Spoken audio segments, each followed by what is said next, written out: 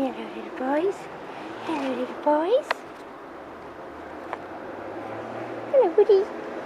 You handsome beast, you. Hello, buddy. Oh, little cutie. Hello, Teddy Jeffrey. Okay, the puppies turned 6 weeks today, and they're just suddenly really confident and really competent, and they're coming outside a lot, and a lot of the wheeze and poos are happening outside. So my start on house training is, as soon as the puppy wakes up, we all go outside, and then the majority of the wheeze and poos happen when the puppy's just woken up, so nearly everything is happening outside, and I'm praising them for it. So I've got about 2.5 weeks to go before your puppy arrives. So I'm hoping you've perhaps read a book about how to bring up a puppy, you've thought about your house training plans, how you're going to go about it and what you're going to do. You've thought about where your puppy's going to sleep and how you're going to manage your puppy in the times when you need to be out of the house. And possibly you've even read a book or two about dog behavior or dog body language.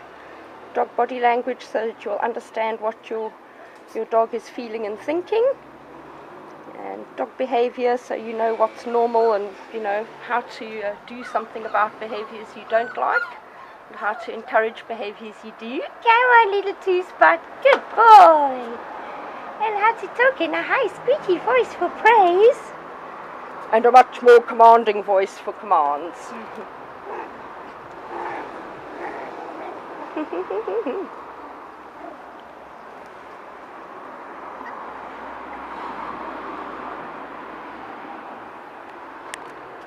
Perhaps you've even checked, signed yourself up at a vet's, looked for a puppy socialization class, possibly puppy training class. Insurance, have you thought about insurance? I don't do insurance because the one they offer for free for 5 weeks at the vets is Pet Plan, and I've had 3 reports now from vets saying that the breeder has signed the puppy up for the 5 weeks free Pet Plan. The puppy's turned out to have some long-term condition, and then Pet Plan has said, but your contract is with the breeder and not with you, so now it's a new policy when we put it in your name, and a new policy doesn't cover any pre-existing conditions. So just be aware of that. If you're going to insure, do some research and find out exactly what they cover and what they don't.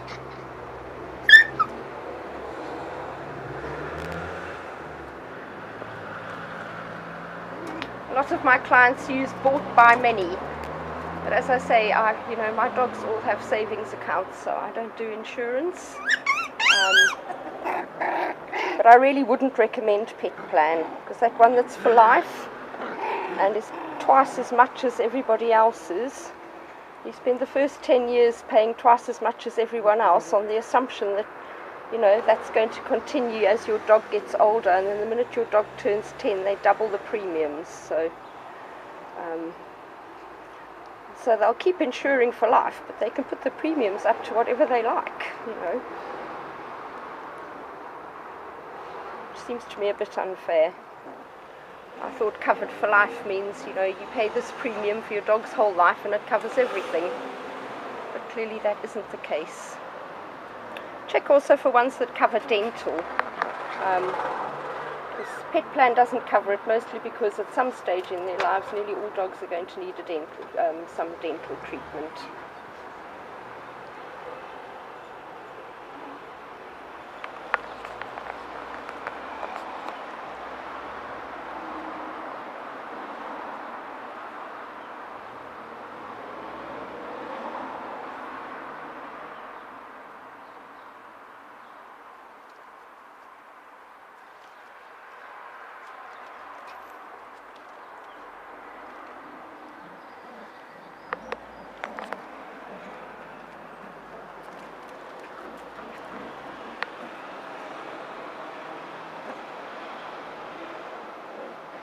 Puppy wrestling.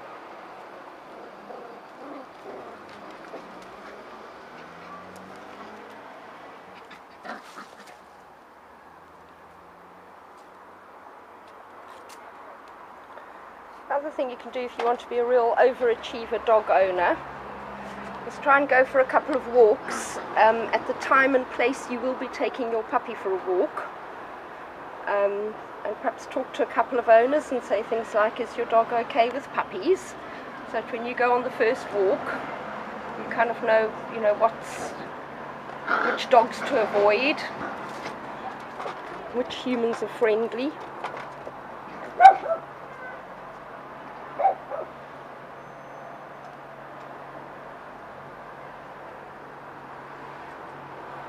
And try and just observe dogs and look at their body language. I think, is this dog happy? Is this dog frightened?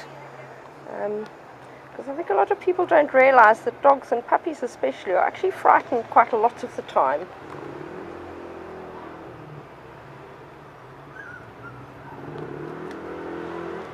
So if you learn to recognize those signs, then you can do reassurance rather than discipline.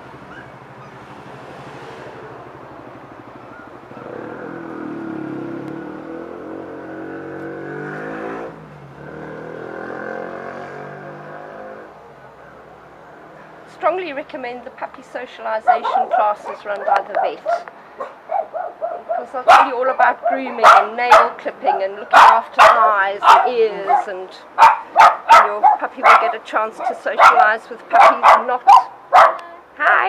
not in his litter, that are of the same age and stage.